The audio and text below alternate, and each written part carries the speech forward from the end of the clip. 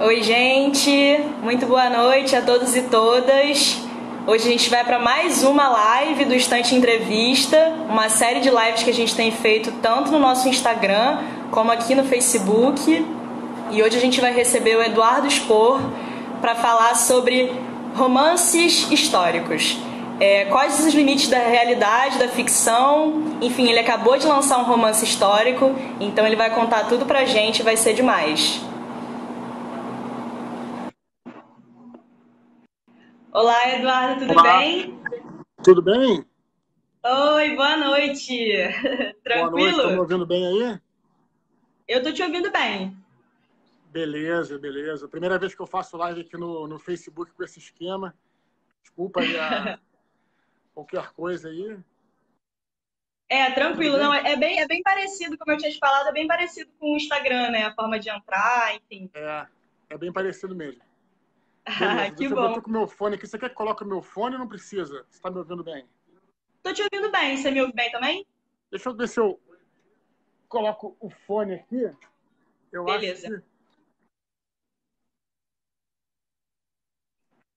eu acho que eu vou botar o fone aqui, ó, que eu acho que fica melhor. tranquilo.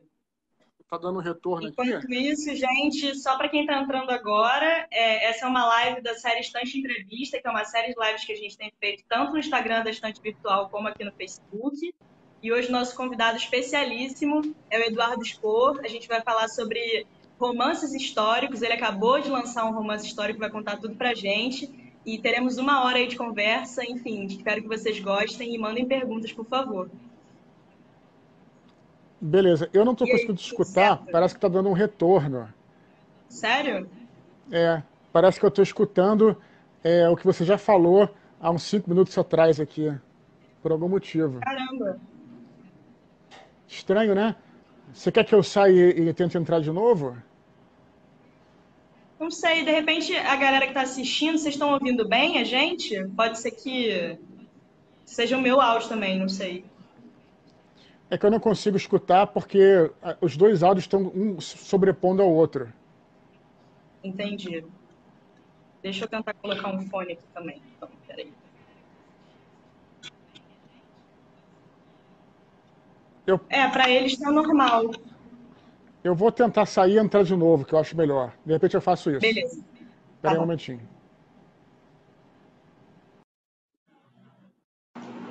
Daqui a pouquinho ele volta, gente. Problemas técnicos acontecem o tempo inteiro em lives. A gente ainda está se adaptando às lives aqui no Facebook. É a segunda live que a gente fez, que a gente faz aqui.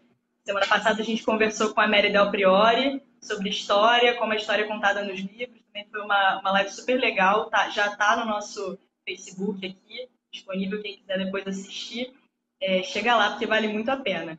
Vamos só esperar então o Eduardo voltar. E aí a gente começa a conversa. E caso precise, eu coloco um fone aqui também. Mas é isso. O Eduardo tá voltando. Opa, vou te aprovar aqui, Eduardo.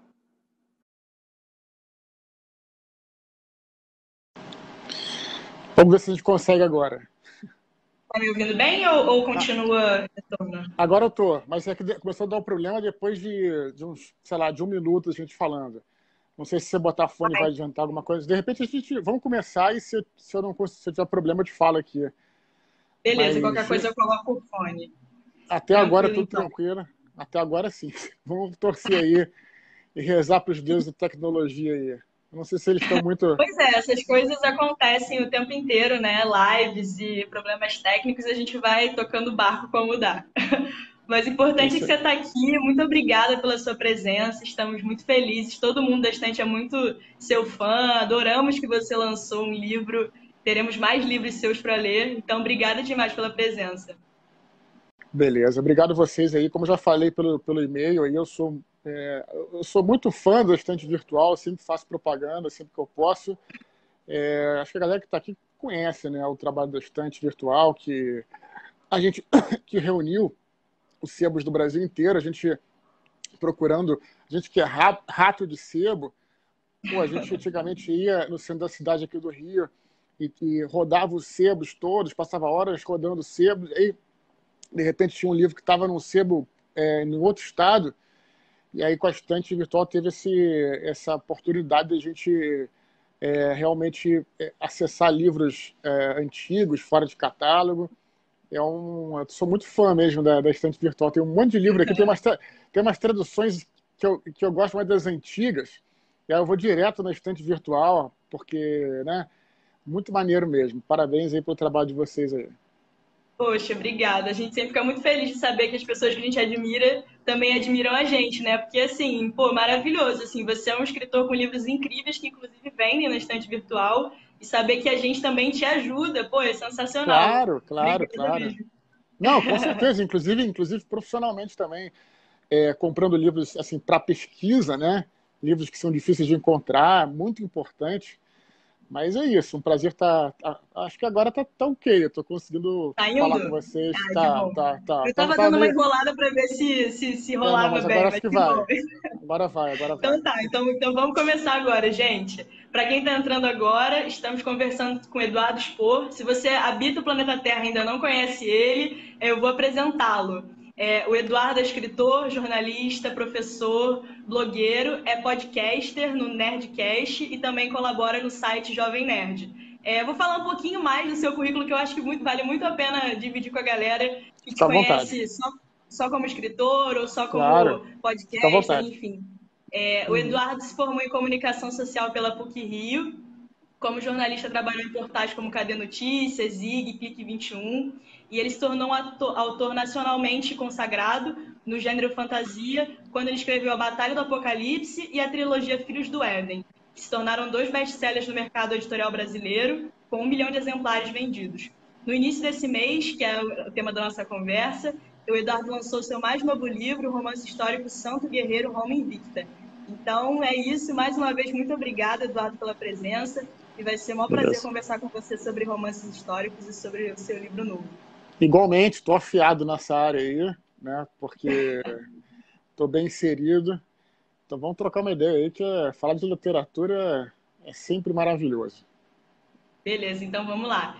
Eduardo, quando te apresentei agora, eu falei um pouquinho sobre a sua trajetória como escritor de fantasia. Uhum. Mas você também é um cara muito ligado em história, como você já disse agora na sua abertura, e inclusive é um Uhum. estudioso sobre esse assunto. Aí eu queria te saber de onde vem esse seu interesse pelos acontecimentos históricos e os seus personagens.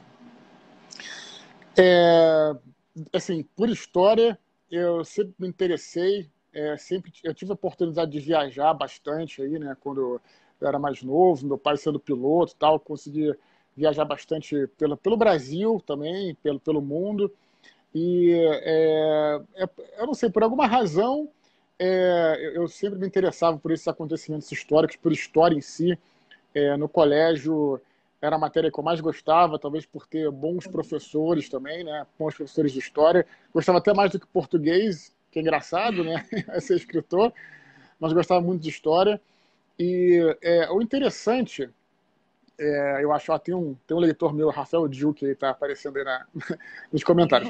Mas acho que o interessante da história, e isso eu me deparei também enquanto eu estava escrevendo, que você falou, né? Eu escrevi 4 romances de fantasia, que eu adoro escrever fantasia, e para escrever fantasia você cria, né, os acontecimentos, você cria até o próprio mundo e tal. Mas o bacana da história é ver que ela sempre é incrível. Quando você vai escavando, vai estudando, ela é sempre mais rica do que qualquer coisa que um ser humano sozinho possa criar. Quando você vai escavando, você vai vendo, tá, eu vou falar sobre aquele povo ali. Aí você vai estudando, vai vendo que é muito mais profundo, você vai realmente como se estivesse fazendo uma escavação e não para, não acaba o negócio, porque a história humana é muito rica.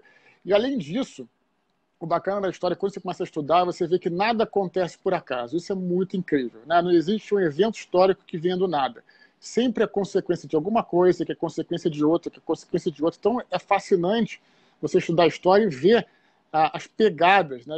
E ir rastreando essas pegadas. É uma coisa realmente incrível. Eu acho que isso que talvez sempre tenha me fascinado na história, história militar também, né? Um dos meus livros de fantasia, que foi O Anjo da Morte, embora seja de fantasia, conta a história de personagem, um anjo, né, imortal, mas ele passa pelas guerras do século XX. E eu comecei a estudar a história bélica também, e é impressionante como é que na guerra as pessoas se superam para o bem e para o mal, né? Você vê isso, o extremo do ser humano, é sempre interessante. Então, são histórias que aconteceram, a história com H maiúsculo são histórias que aconteceram de verdade, né? Então, acho que talvez tenha sido por isso que tenha me fascinado tanto o estudo por história aí. Acredito que tenha sido por esse lado aí. Poxa, que maneiro. E como eu disse antes, né, você acabou de lançar um romance histórico, mas antes da gente entrar de vez no romance, que a gente terá várias perguntas sobre isso, eu queria Claro, tamo... hoje a noite é nossa aí. queria te perguntar se você se lembra qual foi o primeiro romance histórico que você leu. Beleza, beleza. Olha só, eu vou falar eu vou dar duas respostas, né? Assim, primeiro romance histórico que eu li, que não era um romance histórico, mas você vai onde eu queria chegar, foi os livros da série do Sherlock Holmes, né? Que eles não são romances históricos, não são tecnicamente, né? Eles são romances policiais, né? Mas é incrível, porque o romance histórico, tecnicamente, se a gente falar assim em termos técnicos, né? Ele precisa ser escrito por um sujeito no presente, no caso no futuro, falando sobre o acontecimento passado. Então, os livros de Sherlock Holmes não são, do Conan Doyle, né? Não são romances históricos porque é contemporâneo, né? Escreveu naquela época, né? No entanto, fala tanto sobre a vida privada da época, poxa, coisas incríveis, né? Como é que era o Facebook da época, e tinha isso, eram os classificados de jornais, né? O classificado de jornal que hoje nem existe mais, né? Mas na nossa época, tal, o classificado de jornal era mais para vender coisa. E no século XIX, o classificado de jornal era para você mandar um recado para qualquer um. Todo mundo lá lia o The Times nesse período. E aí, se você queria mandar um recado, queria fazer um post, uma coisa assim, você pagava para colocar no The Times. Todo mundo de manhã cedinho abria lá e via o seu post, né, no The Times. Os telegramas, né, como é que eles usavam telegrama? Cada esquina de Londres tinha uma agência do correio, então era como se fosse o Twitter da época, tal. Então essas coisas aí, né, que falam sobre a vida privada do século XIX, assim, são muito fascinantes. Mas, enfim, aí comecei a gostar dessa parte de entender sobre a vida privada de um período passado. Mas o primeiro romance histórico que eu li, eu jamais vou esquecer. Eu falo dele até hoje, eu falo tanto dele nos podcasts, nos lives e tal, que o pessoal até brinca comigo, eu sempre falo desse romance, que é um romance do James Clavell chamado Shogun, A Gloriosa Saga do Japão. Se tem algum leitor meu, ouvinte meu aí que está aqui agora, vai me zoar, vai brincar comigo, porque eu sempre falo desse romance, ele foi muito importante. Eu li quando eu tinha 17 para 18 anos, e foi quase um rito de passagem. É um livro com umas letras mínimas, claro, depende da edição, né? Mas esse que eu li tinha letras mínimas e com mais de 1000 páginas. Então foi uma jornada, né? É claro que eu já lia romances, entre aspas, adultos. O próprio Sherlock Holmes não é considerado infantil, né? Infanto-juvenil, um romance adulto, né? Tem vários que eu li aí, mas eram mais curtos. E esse é um genuíno romance histórico, né? Feito nos anos 70 sobre um evento em 1600 no Japão. Então esse foi o primeiro romance histórico que eu li. E até engraçado, né? Fazendo uma reflexão como leitor e como autor, que eu acho que eu também não me tornei escritor que eu já escrevia, mas eu sempre quis escrever um romance como o Shogun e nunca consegui, e acho que eu nunca vou conseguir no sentido de que o interessante é que ele é muito denso, né? E eu acho legal, ele é muito denso, muito longo, os capítulos são longos e não tem jeito, tá no meu sangue, no meu DNA, digamos assim, no meu estilo ser mais dinâmico, né? Eu escrevi o primeiro livro, Batalha do Apocalipse, ele já era dinâmico. No Filhos do Éden eu comecei a fazer capítulos muito curtos, de 10, no máximo 15 páginas, com um final que vai abrir espaço para um gancho para o próximo. Então é engraçado, eu não consigo mais me desprender desse estilo, eu acho que os meus leitores gostam. Então, é engraçado, né? Porque, na realidade, o meu sonho era sempre escrever uma... Quando eu comecei, né? Era escrever, assim, mais como James Clavell e tal. Depois Aí tem muito romance histórico que eu li depois. Mas e acabou que me tornei... o meu estilo... como é que isso é interessante, né? Como é que o estilo de um escritor é um troço orgânico. Não dá para você forçar muito a barra e tal. Então, nunca serei assim como ele, mas eu faço o meu melhor. Então, eu diria assim, James Clavell, Shogun, A Gloriosa Saga do Japão, foi o primeiro romance histórico que eu li, o que mais me marcou, e recomendo para todos. É sensacional. E certamente deve ter na estante virtual aí. Não, com certeza. Só queria dizer para todo mundo que está assistindo que todos os livros que o Eduardo citar aqui, eles vão estar disponíveis amanhã no nosso blog. Então fiquem ligados lá, todas as dicas vão estar lá, vocês não precisam anotar não, é só correr lá no blog que vai estar tudo certinho. Muito bom. Vamos começar, antes da gente ir para o Santo Guerreiro, queria falar sobre os seus dois livros anteriores, porque como a Claro. gente já disse, você se consagrou como um escritor de fantasia, tanto com a Batalha do Apocalipse, como na trilogia dos Filhos do Éden. Mas no seu novo livro, você mergulha de vez no romance histórico. Você já, naqueles outros dois livros, você já trabalhava um pouco de história, como você disse, mas de fato, nesse último livro, como é um romance histórico, você mergulha na história do seu Uhum. personagem e você procura registros históricos e tudo mais. Eu vi uma entrevista sua estudando para a nossa conversa, e você disse que em algum momento sentiu a necessidade de falar sobre personagens mais humanos. Aí eu queria te perguntar como que se deu na prática, né, essa transição de uma fantasia, como você disse, um lugar onde você tem essa abertura toda para criar e colocar o que você quiser, para um lugar onde você lida com histórias humanas, né? Como é que foi Uhum. esse processo? É, eu até falo humanos, mas no sentido assim de personagens mais frágeis, né? Porque os anjos eles são imortais e tal. Então assim, mas eles também tinham questões humanas, naturalmente. Acho que todas as histórias precisam ter questões humanas, né? Tem um exemplo que eu já costumo dar assim em palestras, bate-papos, que é do Isaac Asimov, que escrevia sobre robôs. Mas na realidade eu não escrevia sobre robôs, eu escrevia sobre nós, né? Sobre os robôs das imóveis, somos nós, seres humanos, presos a um sistema e tentando nos rebelar de uma programação que nos é imposta. Essa é a questão principal das leis da robótica e tal. Então isso nos toca. Então é uma coisa com, é, enfim, anjos, vampiros, seja qual for personagem mitológico que se for escrever. Mas eu queria escrever sobre personagens mais frágeis, né? Mais mortais e tal. Já tinha feito isso, Batalha do Apocalipse, que é um mais épico e tal, para a trilogia Filhos do Éden, né? Que os personagens são mais, vamos dizer assim, mais fracos, por assim dizer. Enquanto na Batalha do Apocalipse são generais, depois eles são, os personagens do Filhos do Éden são soldados, e por aí vai. Então, e eu fui tendo essa necessidade natural, né, de me desafiar. Eu sempre trabalho no sentido de me desafiar. É o meu minha grande felicidade, alegria e angústia também quando eu escrevo, né? É sempre tentar me desafiar e fazer coisas diferentes. Quando eu acabei de escrever o Batalha do Apocalipse, o pessoal queria o Batalha do Apocalipse 2. Mas aí eu fiz o Filhos do Éden, Herdeiro de Atlântida, que é um livro totalmente diferente. Quem sabe aí, depois Anjos da Morte, depois Paraíso Perdido, são livros muito diferentes que eu fui me desafiando.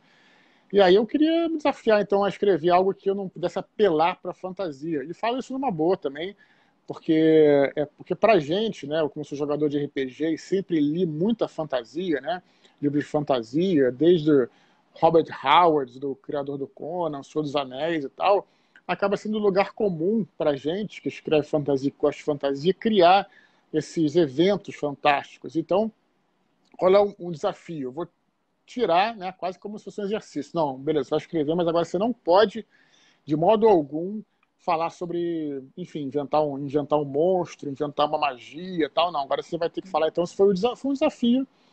E eu acho que foi, foi natural também, né? Porque eu acho que também não. Eu já escrevi os outros livros de fantasia falavam também sobre, enfim, sobre eventos históricos antigos e tal. Então foi natural, foi natural. Não foi algo muito traumático, não. Que bom.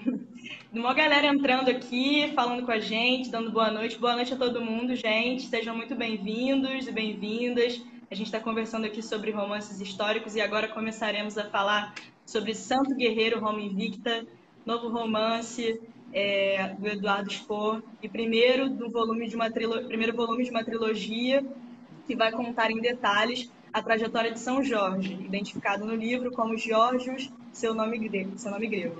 E aí eu queria te perguntar, por que falar sobre São Jorge, esse personagem, enfim, tão emblemático, né, para a gente, para a sociedade brasileira, e quais são os principais desafios no processo de recriar a personalidade de um personagem que de fato existiu em história, registrando inclusive as suas complexidades e contradições, né?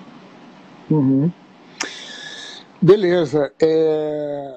Olha, assim, você realmente tem que recriar, né? Você tem que recriar você tem que recriar o personagem, né? O que você tem, na verdade, você perguntou primeiro por que São Jorge, né? Foi essa a primeira pergunta, né? Por que eu escolhi o São Jorge? Porque é um personagem fascinante, né? Quando você vai estudar ele historicamente, a gente vê muito a imagem dele, que é mais mitológica e lendária, associada ali à Idade Média, né? Mas São Jorge, na realidade, ele era um soldado romano, né? Então assim, como é que desconstruir esse mito, né? Porque todo mundo, às vezes você olha para a figura e você pensa que é um soldado medieval da Idade Média, mas na verdade é um soldado romano. Então eu acho legal contar pela primeira vez, talvez pela primeira vez, a história de quem seria ele se tivesse existido. Existem ninguém sabe ao certo se ele existiu, mas se supõe que sim, né? Porque teve um evento histórico que foi a grande perseguição dos cristãos em 303, a última grande perseguição do imperador Diocleciano. E o que eu digo aí nas minhas palestras sobre o São Jorge histórico é que se o São Jorge não existiu, houve vários como ele, porque vários oficiais foram mortos, né? Oficiais romanos foram mortos, cristãos foram mortos nessa perseguição. Então a questão assim, e aí como é que seria esse personagem, né? Como é que seria um guarda? Porque o legal do São Jorge, que eu acho interessante, é que ele era um guarda especial do imperador. Ele estava do lado do imperador, escutando tudo que acontecia. E é um período histórico muito rico, em que estava tudo acontecendo no Império Romano, todos os tipos de revolta, rebeliões provincianas, invasões e tal. Então ele estava realmente ali no centro, né?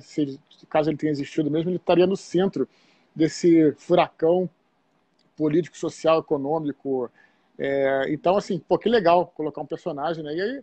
E eu tentei reconstruir a personalidade dele a partir da lenda, né? Porque eu acho que a grande coisa do São Jorge é que o que difere ele de muitos outros santos é que enquanto os santos, a maioria são pacíficos e não retrucam nem nada, o interessante do São Jorge é que ele tem as armas, né, para se impor quanto necessário. Eu acho que isso que seduz as pessoas muito, né? Porque não é que ele vai praticar violência, mas ele sabe se impor com as suas armas, né, quando necessário. E da onde veio essa dualidade dele? Aí, né, a lenda explica, e eu coloco no livro, o pai dele era um cavaleiro romano, a mãe dele era uma jovem cristã. Então, essas duas forças que formaram a personalidade dele. E por isso que eu começo a contar a história com os pais, depois o nascimento dele, a infância, para construir a personalidade. Então, esse foi o motivo, inclusive, de eu ter feito 3 livros, quer dizer, eu fiz o primeiro, são 3 livros, né? O primeiro saiu agora, porque eu queria contar num livro só, mas aí ia ficar muito pobre, ia ficar muito resumido. E dividido em 3, eu posso contar com tranquilidade a história, como eu disse, desde os pais dele. Ah, mas pô, tu vai contar a história dos pais dele? Pô, o que isso tem de importante? Tem de importante porque formou essa personalidade dual, essa personalidade, essa dicotomia dele, e que vai aparecer até hoje no símbolo do São Jorge. Então é isso. Colocar o personagem aí num contexto pessoal, né? E para construir ele desde criança, desde antes do nascimento dele. Eu acho muito legal quando você fala que São Jorge era um homem cristão, mas que também sabia usar as armas quando precisa. Isso é muito legal, porque realmente, assim, né, tem muito a ver também com, enfim, com o nosso povo, assim, com a nossa história enquanto sociedade, enfim. E Sim. assim, falando um pouquinho mais... Pode falar, desculpa. Não, só concluir, né? É que eu diria assim que aquela coisa, o símbolo, né? O São Jorge foi usado realmente durante as cruzadas, só para deixar aqui realmente como essa coisa, inspirar os cavaleiros cruzados aí para a Terra Santa e matar gente e tal. Mas eu particularmente acredito que isso é uma alegoria, que na verdade não é que as armas de São Jorge não é para praticar a violência, assim pelo menos é a minha interpretação, não é para praticar a violência, não é isso. É você saber se impor, né? E ser menos passivo e se impor em relação a algo que você acredita, né? Não é você praticar violência contra ninguém, é você saber se impor, ao mesmo tempo estender a mão. Eu acho que esse é o símbolo, né? Pelo menos a minha interpretação. É Claro. claro que vai ter gente que vai interpretar como matança, tal. Já acho que leva para um lado assim que não é tão interessante. Mas eu acho que isso, é se impor, né? De repente até uma tentativa, até você tem até um livro, né? A arte de falar não, né? Que é você se impor, não. Tem o meu limite, tal. Eu acho que é isso que ele representa, né? E você, ao você falar não, ao você se impor, não quer dizer que você seja um cara do mal. Não, você tem os seus limites, né? Eu acho que é por aí, pelo menos a minha interpretação. Eu acho que é por aí. Com certeza. Não, e como a gente tinha falado antes, né, São Jorge é uma figura super importante aqui no Brasil, assim como em outros países. Isso. Ele, inclusive, é padroeiro de algumas cidades aqui no nosso país. O Rio de Janeiro, inclusive, em 2019, eu fiquei sabendo recentemente disso, muito atrasada, que o governo Witzel sancionou a lei, né, que proclama o estado do Rio de Janeiro como um estado que tem 2 padroeiros. Então, agora, além de São Sebastião, São Jorge também é padroeiro do Rio de Janeiro. E aí eu queria te perguntar como que você espera que esse romance seja recebido pelos brasileiros, já que São Jorge é essa figura tão importante para a gente, né? Quando a gente lança o livro, eu acho que assim, a expectativa que eu tenho é que as pessoas leiam tal, mas eu enfim, espero que seja recebido da melhor forma possível, né? Porque eu já escrevi, como eu disse, né, meus outros livros até falam sobre tem algumas controvérsias religiosas, mas eu nunca tive problema nenhum.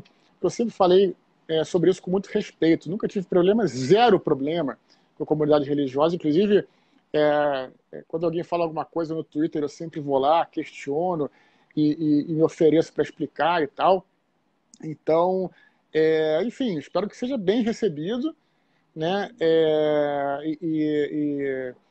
Enfim, é o que a gente espera, né? Que as pessoas leiam tal, e que gostem tal, entendendo que é um romance histórico e também é ficção, né? Tem que lembrar sempre disso, né? Um romance histórico, você pega um evento histórico, você cria ficção, né? Então não há necessidade de nenhuma treta aí nesse sentido. Mas espero que seja bem recebido, né? O que a gente sempre espera, né? Com certeza. Não, e já está sendo. A galera aqui dizendo que já comprou, que está lendo, que está gostando, com certeza vai ser muito mais bem recebido nas próximas semanas. O Leonardo Loio te perguntou o quanto é ficção e o quanto é real e no que você conseguiu desvendar de São Jorge. Beleza. Bom, na verdade, assim, o que é real, né? O São Jorge apareceu canonizado pela primeira vez em 494, lá pelo bispo pelo Papa Gelásio, né? Então, ou seja, quase 200 anos, né? Depois quase 200 anos depois da morte dele, que teria sido em 303, né?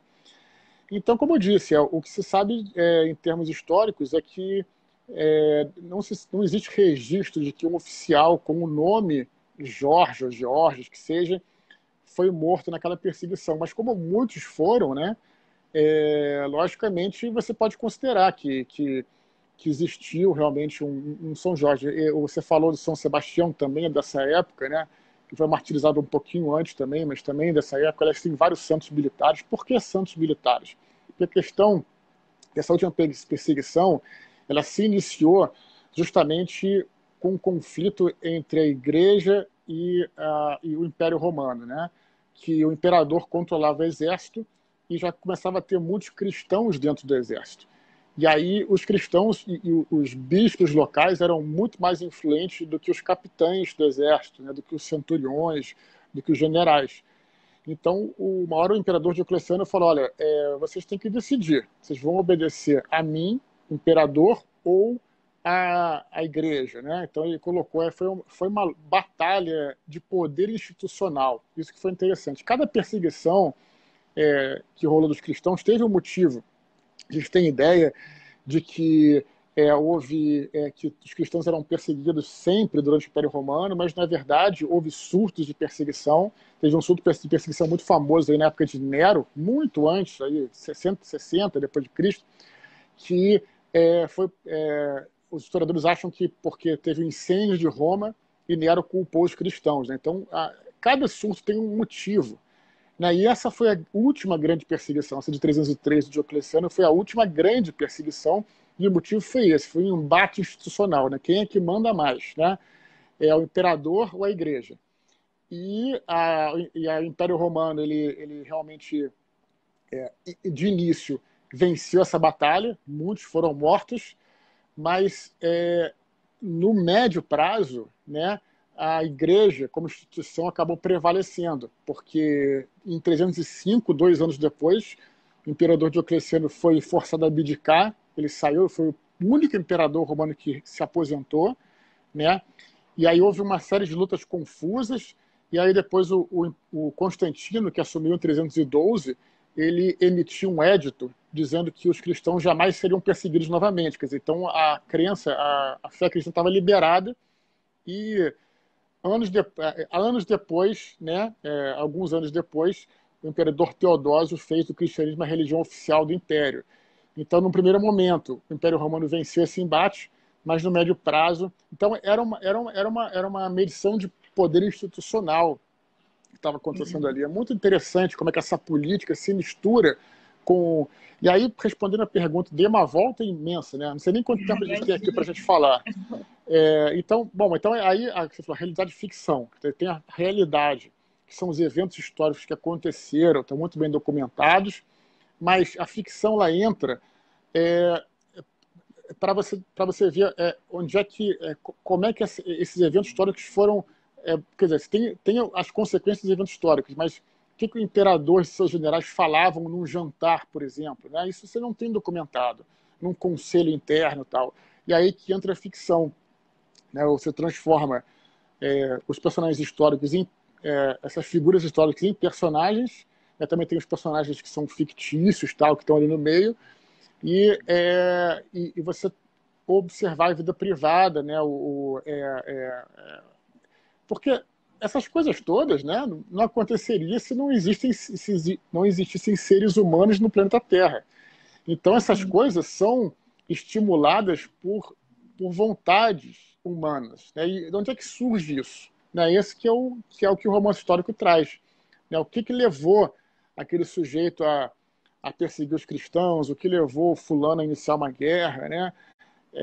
E geralmente são questões complexas, né? Que de repente a gente estuda no colégio, que só por um motivo. Não, às vezes tem motivos pessoais também, e é isso que o romance histórico traz, eu acho. Com certeza. Como a gente já falou antes, num romance histórico, os eventos fazem parte da história, devem ser o ponto de partida para a construção da ficção. Por isso, a pesquisa é uma etapa fundamental na criação de um romance histórico. Para escrever o Santo Guerreiro Roma Invicta, você não só recorreu a documentos, vestígios e registros históricos, como você também visitou sítios arqueológicos em lugares presentes no livro, como a cidade de Lod, em Israel, onde São Jorge teria nascido, o Fórum Romano e os escombros de Bizâncio também, hoje em Istambul. Eu queria te perguntar como que fluiu o processo de pesquisa do livro. Conta um pouquinho para a gente todas essas experiências que você teve com documentos nas cidades. Eu imagino que tenha sido muito legal. Tem assim, os 3 níveis de pesquisa, né, que eu sempre falo. Tem o nível de pesquisa superficial, que é a internet, que não deve ser desprezado, você, né, começa pela internet para ter uma visão geral, aí aquilo te leva aos livros. É importante você ler os livros completos, né, não só trechos e capítulos, para você poder entrar. E o terceiro nível de pesquisa é esse: se você puder ir ao local e visitar. Se não puder, também não tem problema. Hoje em dia você tem muitos recursos aí, né, para viajar pelo mundo sem sair de casa.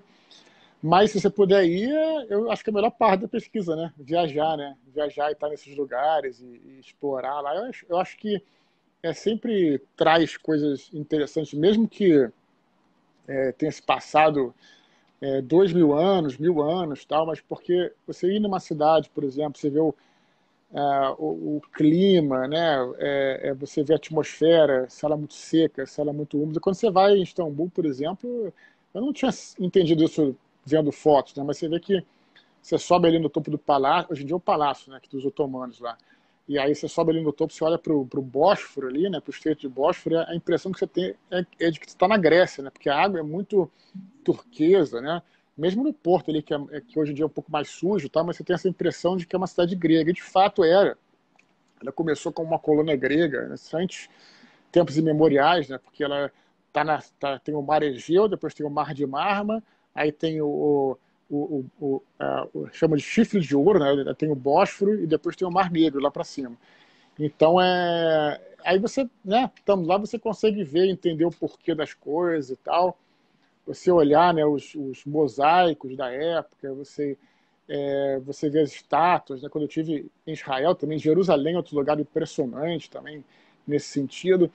A igreja que eu tive lá, que teria sido na casa dele, hoje em dia não tem casa nenhuma, né? É uma igreja, tal, que ela é até mais ou menos recente, essa igreja, para falar a verdade. Mas, de todo modo, é uma experiência imersiva, né? Aí, podendo fazer essas pesquisas, assim, é bom, porque você ainda viaja, né? É legal, né? Acho uma barata, acho a melhor parte. Com certeza. A Denise de Fonseca está te perguntando, no romance histórico vale tudo ou é necessário manter a verossimilhança? Você tem que, eu acho que você tem que se manter fiel até certo ponto, né? Porque também é o seguinte, tem duas coisas. Você falar sobre certezas históricas é muito difícil, né? Você falar sobre certezas históricas. Geralmente a gente fala mais de um consenso histórico. Mas tem alguns baluartes aí que são muito difíceis de você quebrar, né? Você vai falar de repente que trocar as datas dos imperadores, tal. Eu sempre dou um exemplo, perdão, que quando eu estava escrevendo Anjos da Morte, que é um desses livros aí que se passa no século XX, tem uma hora que o personagem vai para a Guerra do Vietnã. Eu sempre dou esse exemplo que é bem interessante, né? E era um livro de fantasia, assim, né? Tudo bem, mas e aí ele vai para a Guerra do Vietnã e eu queria colocar no livro citar no livro a música Fortunate Son, que é um dos hinos do Vietnã. E aí, só que aí eu vi que o momento que ele chegava no Vietnã, que em janeiro de 68, a música não tinha sido lançada ainda. Então, aí se eu colocasse a música, não, tudo bem, é um livro de fantasia, eu vou colocar tal. De repente alguém se você não sabe daquela informação, você passa direto, mas se alguém sabe, é complicado, você é catapultado para fora daquela história, né? Mesmo ela sendo uma história de fantasia ou uma história de ficção. Então, realmente, você tem que manter alguns baluartes, pelo menos, né, para manter aí né, outras coisas que você não sabe tanto, você pode inventar, mas assim, eu acho que tem que tentar manter é, a verdade, assim, né, até onde você pode, né, também, para ter essa verossimilhança, né. Enfim, claro que existem outros estilos, né, o cara faz uma história alternativa, é a proposta do negócio, né. Mas no romance histórico, num romance que se pretende falar sobre história, eu acho que deve ter que, tem que manter, na medida do possível, né, esses baluartes. Com certeza, ainda mais falando de personagens tão importantes, né, como os que você fala no seu livro, assim, no seu último livro. Claro, sem Realmente, dúvida. é. O Leonardo está te mandando outra pergunta. Ele perguntou quanto tempo você levou para pesquisar todas as informações necessárias para escrever o romance e quais foram as maiores dificuldades nessa Uhum. pesquisa, eu imagino. Foram 2 anos de pesquisa, né? E a maior dificuldade sem dúvida, quer dizer, a gente, como eu falei, tem esses marcos históricos importantes, mas é muito difícil saber, né, exatamente o ano e o mês e o dia que aquilo aconteceu. Por que isso é relevante? Porque, por exemplo, esse primeiro livro, a trilogia se passa ao longo de 30 anos, né? Mais ou menos Uhum. de 273 a 303, mais ou menos assim, né? Mas esse primeiro livro, por exemplo, se passa ao longo de 10 anos, né? E aí a gente foi fazer um mapa para colocar no livro, né? E como é que... Tudo bem, a gente tem as fronteiras são muito... Por exemplo, no caso do mapa, as fronteiras são muito flutuantes, né? Então, de repente, em um ano, a fronteira estava no lugar, no outro ano, a fronteira estava no outro. Então, a gente teve que decidir quase que qual não dava nem para fazer um mapa que cobrisse 10 anos, por exemplo, sabe? Você tem que, sabe, tipo, é interessante, assim, né? Então, quando eu fiz o mapa aí com o ilustrador Marcelo Amaral, né, que trabalhou comigo nesse projeto gráfico aí, a gente teve um baita... Então, essas são as dificuldades, né? Você tentar se manter, né? Você sempre vai errar um pouquinho, porque também ninguém sabe ao certo, né? Algumas coisas ninguém sabe. Mas, enfim, essa é a maior dificuldade, né? Encontrar o momento certo para falar e, enfim, tentar se manter ali como alguém falou antes aí, nessa corda aí, e não ir totalmente para ficção, nem também ficar tão apegado a uma realidade que muitas vezes é flutuante, né? Com certeza. Uma coisa que eu queria muito te perguntar é sobre a linguagem, que a gente sabe que quando a gente lida com períodos da história bastante remotos, tentar adequar esses momentos, né, a uma linguagem de 2020, né, de modo que os leitores de 2020 se sintam à vontade para ler um romance de um período tão remoto, isso é um grande desafio, assim, né, de você, ao mesmo tempo do que você disse, assim, de a gente não pode descontextualizar e nem sair muito daquele lugar. Claro que tem os espaços para você ficcionalizar, mas não tem como você colocar, por exemplo, gírias de 2020, não faria nenhum sentido, assim.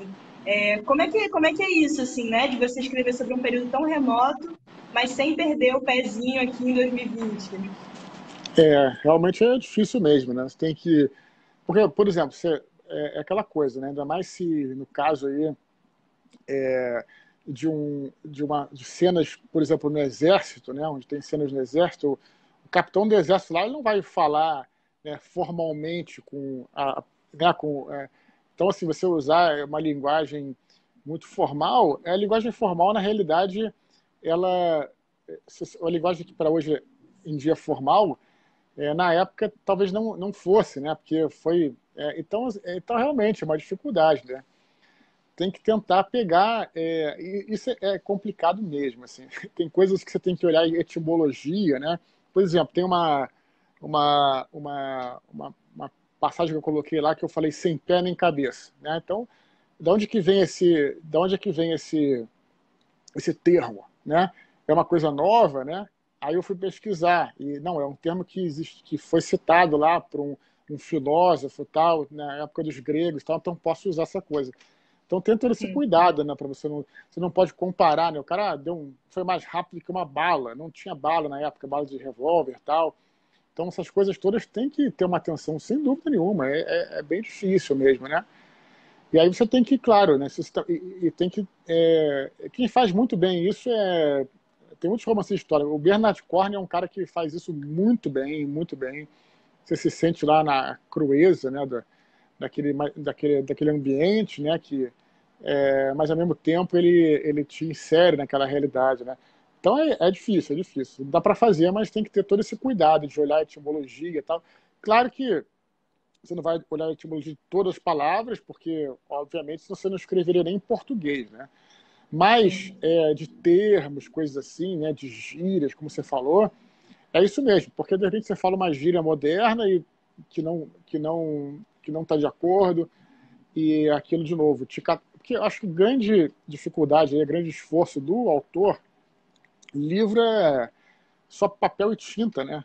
Então, como é que você vai fazer para convencer o leitor de que para ingressar naquela história, para realmente acreditar naquela coisa? Então tem todo esse esforço de linguagem que você falou aí. Tem que ser uma história que seja coerente, que faça sentido, que as pessoas acreditem, né, no caso, acreditem naquela ficção. É bem complicado mesmo, assim. Escrever não é fácil, não, é bem difícil. A gente sabe que não é fácil, por isso que temos os escritores, né, que nos representam, escrevem histórias super bonitas e importantes. Então, todo mundo que está assistindo aí, gente, depois que acabar a live, corram lá na estante virtual e procurem o livro do Eduardo, porque a gente precisa ler esse livro, tá super legal e eu tenho certeza que vocês vão gostar. Depois contem pra gente o que vocês acharam. Cara, conversa rápida passa muito, conversa boa passa muito rápido, essa é a verdade. Porque assim, a gente tem 14 minutos, eu tenho mais 3 perguntinhas, a galera tá mandando pergunta aqui também. A gente pode estourar, o Facebook não é que nem o Instagram, que encerra a chamada com 1 hora, então se a gente precisar estourar um pouquinho, tá tranquilo. Vou seguir com a Boa. nossa conversa. Vamos lá. Vamos lá. A gente sabe que as referências, não só literárias, como cinematográficas também, são super importantes no seu trabalho literário. Algumas referências que eu já ouvi você falando que são referências suas na literatura são Neil Gaiman, Stephen King, H.P. Lovecraft. Mas eu queria saber o que você andou lendo antes e enquanto escrevia O Santo Guerreiro Roma Invicta. Eu acho que em termos de literatura em si, a gente tem que ser eclético, na verdade, porque tudo bem, assim, para você construir a história é uma coisa, para você construir a linguagem, tal, o estilo, você tem que ler de tudo, né? Então, por acaso, nessa quarentena, eu tirei o tempo para ler todos os clássicos brasileiros que eu não tinha lido, por exemplo, né? Que não tem nada a ver com Roma, tal, mas desde Machado de Assis até Clarice Lispector, todos os clássicos aí que eu juntei para ler, né? Que eu acho que sempre acrescentam, né? Rubem Fonseca, tal, que não tem nada a ver com Roma. Como romance histórico, né? Tem dois romances históricos, tem alguns, né? Na época da Roma Antiga que eu posso citar aqui, né? Um deles é Juliano, que é um romance do Gore Vidal. Não é tão conhecido, né? Quer dizer, conhecido, mas ele é mais antigo, por isso a estante virtual tem para nos ajudar. Olha aí a propaganda. Ele é interessante porque também se passa no período da decadência de Roma, é um período um pouco mais à frente do que eu mostro. Tem um livro chamado O Romano, que é do Mika, esqueci o sobrenome dele, procure O Romano, também é um livro excelente, que se passa um pouco antes, né?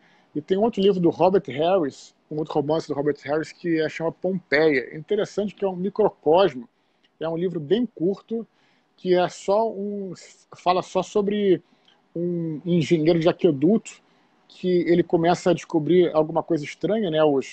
As moreias, né? Estão morrendo lá no tanque lá, e ele vai investigar. O livro é só isso. Eu acho interessante também que a proposta do livro não é ser uma grande saga. Eu acho interessante esse livro, Pompeia. Não é ser uma grande saga, é só mostrar um dia de um funcionário comum, né? O que teria acontecido antes da erupção no vulcão, né? Do Vesúvio, né? Então é bem interessante, porque ele vê lá que as moreias estão morrendo, ele tem que ir de estação em estação do aqueduto, fechando as comportas, falando com os... É só isso. Eu acho interessante, porque mostra a vida comum ali, né? Enfim, tem muitos livros aí, né, que a gente pode falar sobre Roma, né? Não sei se você perguntou romance, você perguntou, mas tem muita coisa que a gente pode falar aí. Mas, claro, mas a dica é ler tudo que você pode, né? Que eu acho que isso ajuda no teu estilo. Com certeza. A Érica Cardoso fez uma pergunta aqui, quando a gente estava falando de linguagem, ela perguntou, pensando nisso tudo, 2 anos de pesquisa parece pouco. Você teve apoio nessa pesquisa linguística e histórica? Uhum. Tive apoio, eu sou um cara meio entrão, né? Além da minha irmã, que é historiadora, que me ajudou bastante nesse período, tem um amigo meu chamado Thiago Ribeiro, Thiago Cabelo, que ele é especialista em literatura grega também, então me ajudou bastante. E eu estava falando que eu sou entrão porque eu escrevo mesmo, assim, pro pessoal, e aí eu escrevi para dois historiadores aí super famosos. Um deles é o Greg Wolfe e a outra é Mary Beers. E por incrível que pareça, eles me responderam as minhas dúvidas lá. E eu achei legal. Assim, o Greg Wolfe, inclusive, tem um livro chamado Roma. Procurem Greg Wolfe, que os nomes são meio parecidos, né? Roma, Império Romano, coisa assim. E ele me respondeu assim, muito feliz, porque por acaso, olha só como é que são as coisas. Ele escreveu esse livro, não, é um livro, no caso, um livro documental, né? Ele é um historiador e arqueólogo. Quando ele estava no Brasil, em Campinas, fazendo a Unicamp, ele fez aquela bolsa de doutorado, mestrado, qualquer coisa assim. Estava em Campinas. Então, quando eu escrevi para ele, ele falou: pô, que legal, um brasileiro e tal. E aí me ajudou também. E a Mary Beard é outra, né? Que é a a maior acadêmica da área hoje em dia. Escreveu livros como SPQR, tem um livro dela chamado Pompeia, mas que não é um romance, né? É um livro só sobre Pompeia. E ela me responde no Twitter, né? Só que ela é engraçada, ela é muito dinâmica. Então, se a gente pergunta uma coisa, ela fala, eu não sei, eu não sei, eu não sei. Engraçado, né? Mas que legal que responde, né? Então, é isso. Assim, eu não tive nenhuma, a ajuda que eu tive foi consultando pessoas também, né? Muito maneiro. A gente sempre tem um momento das dicas aqui nas nossas lives, e aí eu queria te pedir duas dicas, se não for pedir muito. Claro. Queria te perguntar que conselhos e sugestões você podia dar para os jovens escritores que querem se aventurar pelos romances históricos, e também quais livros você indica para quem deseja mergulhar nos romances históricos e conhecer mais o contexto específico da Roma Antiga. Uhum. Bom, de romances históricos eu falei três aí, né? Que é o Pompeia do Richard Harris, tem o Juliano do Gore Vidal, tem esse O Romano esqueci o nome desse autor, é um autor esqueci também a nacionalidade dele, excelente livro também. Tem os livros do Con Ilgoden, que é o Imperador, tem uma série inteira que saiu pela editora Record, que são excelentes também. O próprio Robert Harris tem outros livros, tem uma série do Cícero também, que é esqueci, é o Imperium, se eu não me engano, que falam sobre Cícero, que é um personagem, um senador, tal. Tem muita coisa interessante aí, né? Então, essa é a segunda pergunta. A primeira, uma das dicas, né? Tem várias, na verdade, mas assim, sempre quando me perguntam isso, eu vou pro básico, né? Quando perguntam sei lá, em lives e podcasts e tal. E o básico é ler e escrever. Quer dizer, parece dicas meio bobas e tal, mas é o básico, né? Se você quer ser escritor, você primeiro tem que ler. E ler muito, eu falei aqui ao longo, né? De ler de vários estilos possíveis e tal. Gostar de ler também, né? E aí praticar, escrever. Né? Tem muita gente que quer ser escritor, só que não gosta de escrever. E não tem nenhum problema em relação a isso. É só você talvez não seja o caminho que você deva seguir, né? Porque o escritor é aquele que gosta de escrever, né? Que tem a paciência de chegar em casa cansado. Tem outra gente que fala, pô, chego em casa cansado, vou ver uma série, jogar um game, sem problema, cara. Mas talvez não seja o teu, né? Não seja para você ser escritor. Você pode querer contar a história em outra mídia, né? O escritor é aquele que escreve, né? Que realmente pratica isso, tal, e você vai errar muito para você poder acertar. Então essa que é a dica que eu sempre dou básica, assim. Tem lá no meu site, que é o dotspor.com.br, tem um artigo que está sempre no ar ali, permanente, que aí tem um artigo longo, com vários links, tal, quem quiser olhar lá, também é uma resposta longa, né? Que não tem como dar aqui. Maravilha. Então, a galera que está assistindo aí, que quer escrever, leiam e escrevam, gente. Essa é a dica do Eduardo, dica importantíssima. O Sérgio Tapajós está te perguntando uma coisa que eu acho que você deve ouvir bastante, principalmente depois de ter escrito sobre São Jorge. Ele está perguntando se você é religioso. Beleza, eu me considero um cético, né? Sempre me considerei um cético. Só que as pessoas às vezes não ouvem essa palavra e ficam assim meio assustadas, né? Na realidade, diferente do que as pessoas pensam, o cético não é aquele que não acredita em nada. O cético é aquele que se questiona sobre tudo, né? Eu sempre fui cético do colégio, que eu estudei num colégio católico, e eu tinha uma aula de religião e depois tinha uma aula de ciências, né? E aí eu tinha aula de religião, a professora falava uma coisa, tinha aula de ciência, a professora falava outra. Então, isso me ajudou a pensar como é que essas duas ideias, como é que elas se relacionam, né? E me fez questionar. Então, eu sou o chato que sempre questiona. Eu tenho amigos que são profundamente religiosos, amigos que são profundamente ateus. E eu sou o chato do grupo, né? Eu sou ateu, começo a falar que isso existe, que não existe. Eu falo, então por quê? Mas por quê? Por quê? Por quê? O religioso, mesma coisa. Porque eu acho que, às vezes, as perguntas são mais importantes do que as respostas, né? Eu penso dessa maneira. Então, eu me considero um cético aí como um sujeito que sempre se questiona sobre tudo. Esse é o meu direcionamento aí. Quando o pessoal me pergunta, eu sempre falo isso e me lembro do meu colégio aí. Legal, então, gente, já sabem, né? Eu acho que essa pergunta você ainda vai receber muitas vezes, principalmente depois do livro, né? Claro. Mas eu vou para minha última pergunta. Se a galera ainda tiver perguntas, mandem, gente, que ainda temos um tempinho. Para terminar, eu queria saber se já tem alguma previsão de quando vão sair os próximos volumes. Eu sei que você ainda está escrevendo o segundo, né? Não sei se nem Aham, se você já começou. Quando eu vi você falando, você disse que ainda ia começar. aham. E aí, queria saber se tem alguma previsão de quando os outros vão sair. E se você pode dar algum spoiler dos seus projetos em 2021, se a gente tem alguma coisa encaminhada por aí. O projeto 2021 é escrever aí o segundo livro, só que eu não sei quando é que vai sair. Eu sou um cara muito comprometido, então se eu falo que vai sair em tal data, eu lanço tal data. Então, por enquanto, eu não tenho como prometer, até porque, cara, eu faço, escrevo todo dia, mas às vezes é humanamente impossível terminar um livro num determinado período de tempo. Então vamos ver. Por enquanto, o projeto é escrever em 2021, se eu vou lançar em 2021, eu ainda não sei, né? Mas logo que eu puder, que eu tiver uma perspectiva, eu vou anunciar para a galera aí. Vão ser 3 livros, né? Esse mais 2, né? Muito legal. E você tem o canal no Telegram também, né? Que eu vi, tô acompanhando, já achei super bacana. Se quiser falar um pouquinho também pra galera. Beleza, t.me Eduardo Spor, um canal no Telegram aí assim, a gente sempre quer se comunicar com o público, né?